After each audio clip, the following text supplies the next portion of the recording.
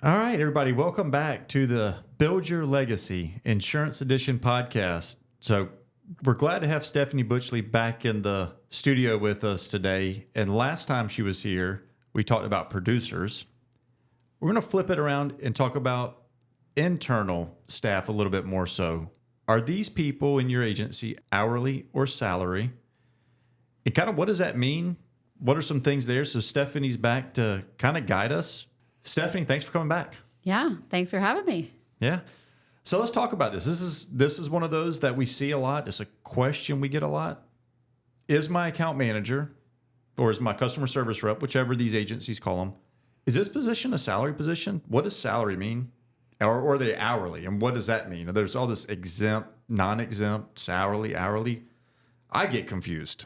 So I know everybody else is confused. Yes, everybody is confused. But to start off, when you were saying salary versus hourly, okay, that is just how you are paying somebody. Okay. I'm paying them either a lump per week salary or I'm paying them per hour. What really matters at the end of the day is actually whether they are considered exempt or non-exempt from the Fair Labor Standards Act. So I'm going to start there. That act basically it's the part of the law that says that I'm entitled to minimum wage, overtime pay, and that you've got to provide those protections to everyone unless they are specifically exempt from those protections.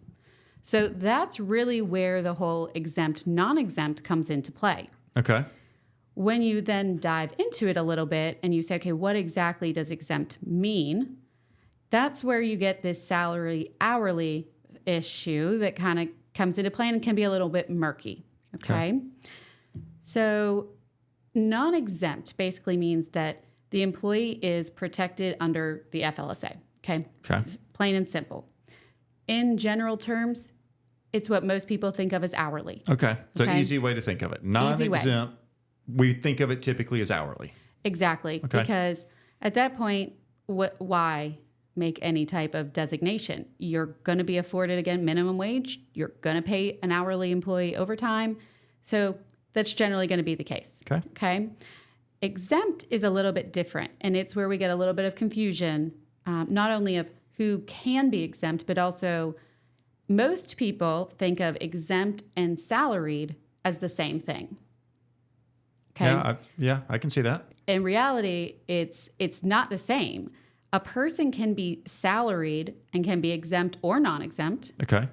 But to be exempt, you must be salaried. Okay. I got you. Because of the overtime and things you were just talking about. Exactly. Okay. So, and again, we don't really like to go down this path, so I'm going to start there. I prefer to think of things as if I'm going to make somebody salaried, I want to make sure that they can be exempt. All right. Okay. If they're hourly, non-exempt. That is going to be the easiest way to handle anything. Okay. Because technically, I could be salaried. I am paid the same amount every week. However, if I don't qualify to be exempt, then I would still be entitled to overtime if I worked over 40 hours in any given week. And how that would be calculated is by looking at, okay, my salary is $5,000 a week. I would then say I divide that by 5 days, then divide by 8 hours. That's my hourly rate for purposes of calculating overtime. It's not a fun place to be. Okay. We don't want to do it.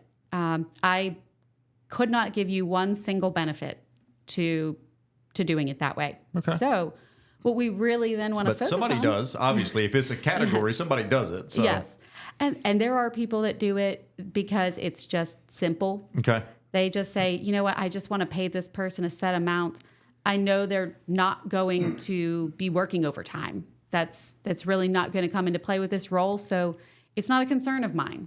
Okay. But 99% of people, employers, everything, that's not the case.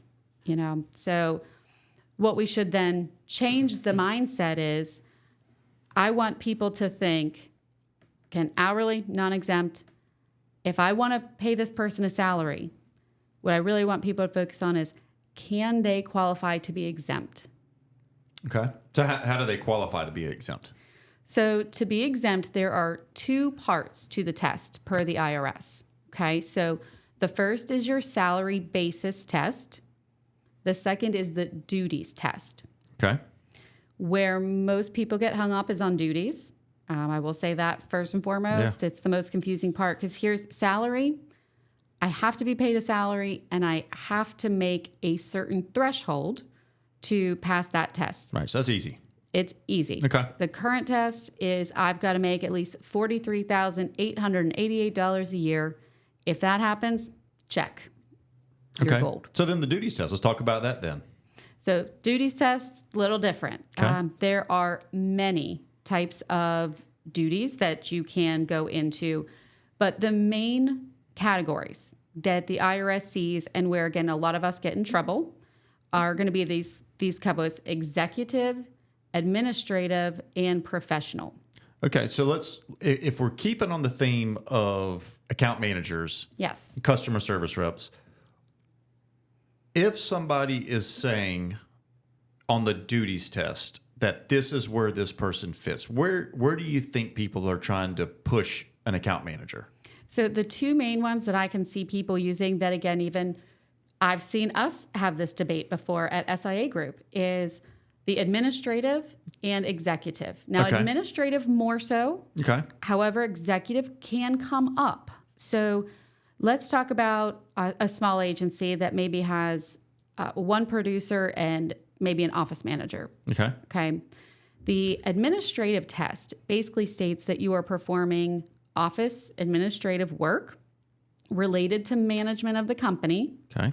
and they have discretion or independent judgment in their role. Okay.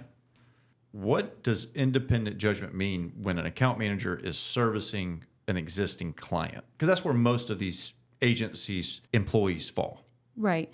And for the most part, then there really isn't any. So again, if you take that example that you just laid out, there really isn't any. All they're doing is following the steps that you've already provided.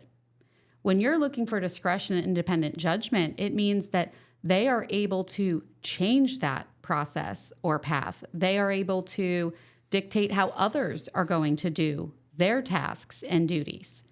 I think it'd be easy for anybody in any position, within an insurance agency or not, to maybe do some things with independent judgment. So I guess when we talk about this more, independent judgment, does that mean they can do one thing? Or does they have to do everything? Like, how does it work with the independent judgment side? So really what you'd be focusing on there is they have to be their primary duties. Okay. Okay. So a good rule of thumb is a 75-25. Again, this is not a set in stone, but if you read the opinion letters that the IRS has published over time, it comes up often. Okay.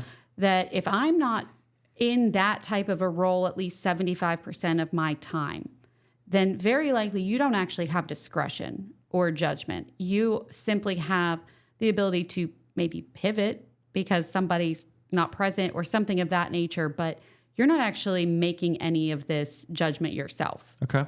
So I guess a simple scenario there would be car changes, mortgagee changes, things like that are very standard, very much procedure driven, hopefully within agencies, Right. within management systems. There's no independent judgment there. You're just doing what somebody asked you to do and Right. doing what the agency set forth. Right.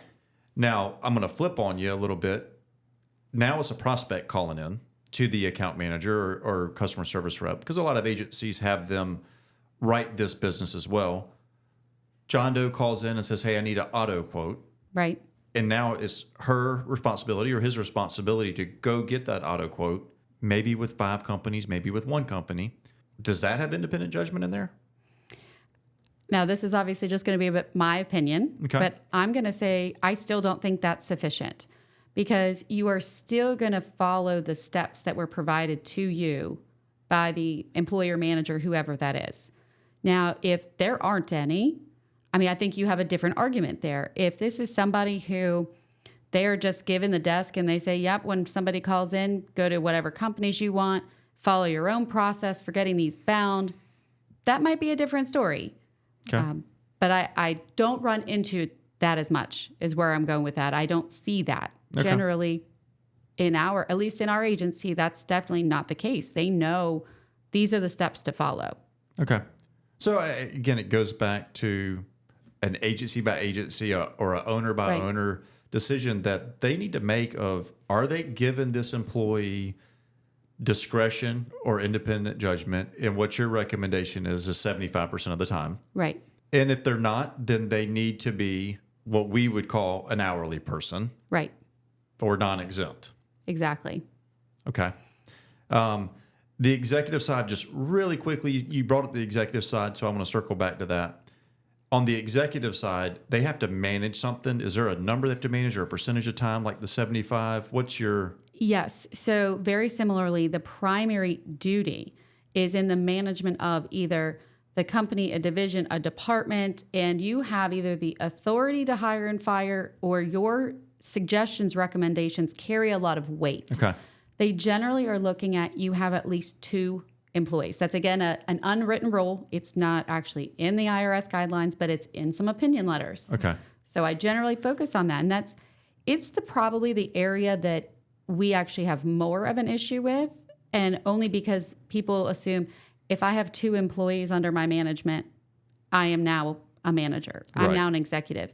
But when you look at a lot of agencies, that manager actually doesn't really have much authority. They're really what I would call a supervisor. Okay.